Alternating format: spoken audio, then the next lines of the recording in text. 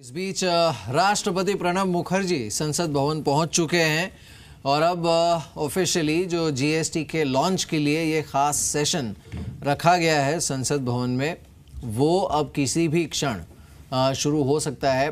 प्रधानमंत्री नरेंद्र मोदी पहले ही पहुंच चुके थे और वो इंतज़ार कर रहे थे राष्ट्रपति प्रणब मुखर्जी के स्वागत के लिए, तो वो पहुंच चुके हैं और अब कुछ ही देर में इनफैक्ट ऑफिशियली ये जो सेशन है, ख़ास सेशन, उसकी शुरुआत होगी। पूरी तैयारियां हो चुकी हैं। हालांकि ऑपोजिशन पार्टीज़ जो हैं उन्होंने डेफिनेटली लास्ट मिनट पे ये कहा जा सकता है कि विरोध करके एक तरीके से स्पॉइल स्पोर्ट की भूमिका अदा की, लेकिन इसके बावजूद ये जो सेशन है वो कुछ ही देर में शुरू होने की तैयारी में। तो कांग्रेस का कोई प्रतिनिधि इस पर नहीं है इस सेशन में, और जो मुख्य विरोध उनकी तरफ से था वो यही था कि रात में 12 बजे आखिरकार जीएसटी के लॉन्च के लिए सेशन करने की ज़रूरत क्या थी। लेकिन अपने आप में एक ऐतिहासिक क्षण, और पिछले 70 सालों से जो एक टैक्स की सिस्टम इस देश में चली आ रही थी, आज वाकई वन नेशन वन टैक्स बनने की दिशा में देश आगे बढ़ते हुए। मेरे सहयोगी गौरव भी मेरे साथ अब जुड़े हैं।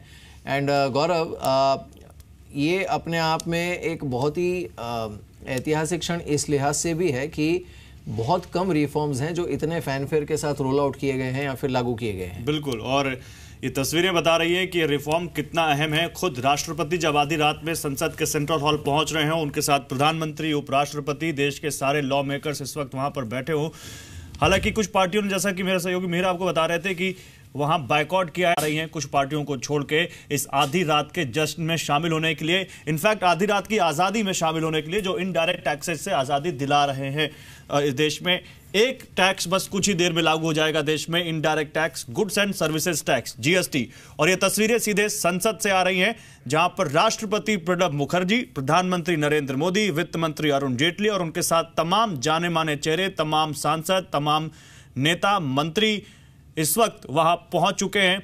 और थोड़ी ही देर में अब बस राष्ट्रपति इस देश को एक ऐसी सौगात देने जा रहे हैं जिसका इंतजार एक लंबे वक्त से कर रहे थे। और याद कीजिए, जब प्रणब मुखर्जी वित्त मंत्री होते थे उस वक्त भी उन्होंने जीएसटी को लेकर काफी वकालत की थी, और प्रणब मुखर्जी का एक बड़ा लंबा योगदान है इस देश को जीएसटी देने में। और प्रणब मुखर्जी आज राष्ट्रपति होते हुए जीएसटी देश को देने जा रहे हैं। बीजेपी की सरकार को यह क्रेडिट जाएगा कि उन्होंने जीएसटी के लिए देश में एक आम सहमति बनाई।